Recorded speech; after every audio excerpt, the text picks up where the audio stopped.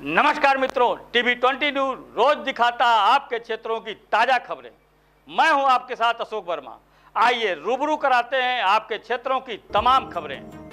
खबर आजमगढ़ से है, जहां बीते विधेयक 2025 और प्रस्तावित केंद्र 8वें वेतन आयोग में पेंशनरों के हितों की अनदेखी के विरोध में सेवानिवृत्त कर्मचारी और पेंशनर एसोसिएशन उत्तर प्रदेश के आह्वान पर सोमवार को प्रदेश भर में धरना प्रदर्शन आयोजित किया गया। बड़ी संख्या में कर्मचारी, शिक्षक और पेंशनर आम सभा और धरना कार्यक्रम में शामिल हुए।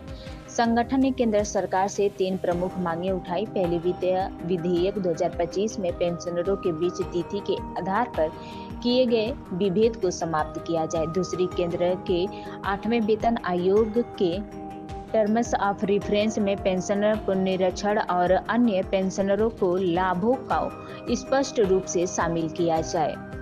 तीसरी, पेंशनरों को बताने वाले क्लॉज पर संख्या F3 को हटाया जाए। धरना स्थल पर वक्ताओं ने कहा कि पेंशन कोई दया या अनुग्रह नहीं है, बल्कि सेवा काल का लंबित वेतन है। उन्होंने सुप्रीम कोर्ट के BS नाकरा मामले के निर्णय का हवाला देते हुए कहा कि तिथि के आधार पर पेंशनरों में भेदभाव संविधान के अनुच्छेद 14 का उल्लंघन है। संगठन ने चेतावनी दी कि यदि पेंशनरों की मांगों पर शीघ्र सकारात्मक निर्णय नहीं लिया गया तो आंदोलन और तेज किया जाएगा। कार्यक्रम के अंत में प्रधानमंत्री को संबोधित ज्ञापन जिलाधिकारी, पुलिस कमिश्नर के माध्यम से प्रेषित किया गया।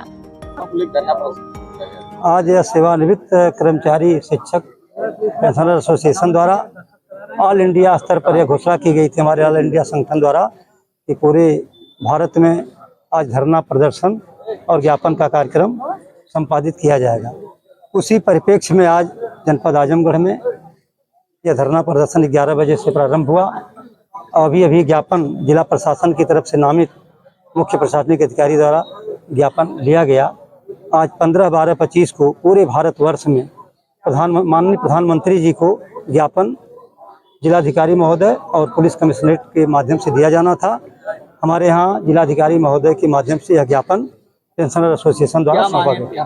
हमारी मांग यह है कि जो पेंशन उन्होंने कहा कि अनफंडेड और नॉन कंट्रीब्यूटरी है, उनका कहने मतलब गैर अंशदायी है। हमारे माननीय अध्यक्ष आदरणीय अमरनाथ यादव जी ने पूरा पक्ष रखा, निष्पक्ष निडर होकर के निष्पक्ष ढंग से उन्होंने कहा कि नहीं, आपका आरोप गलत है, इस क्लॉज को हटाया जाए। हमारी पेंशन को 8वां वेतन आयोग को जो टर्म ऑफ रेफरेंस में रेफर्ड कर दिया गया है कि नॉन कंट्रीब्यूटरी है, उस शब्द को, उस अंश को हटाया जाए और 8वां वेतन आयोग में उस क्लॉज को हमारे जोड़ा जाए। जिस तरह से 7वें वेतन आयोग में भी पेंशनर उसका लाभ पाता रहा है, 8वें वेतन आयोग में भी वंचित न होने पाए शिक्षक कर्मचारी, इसलिए आज यह आंदोलन हुआ है।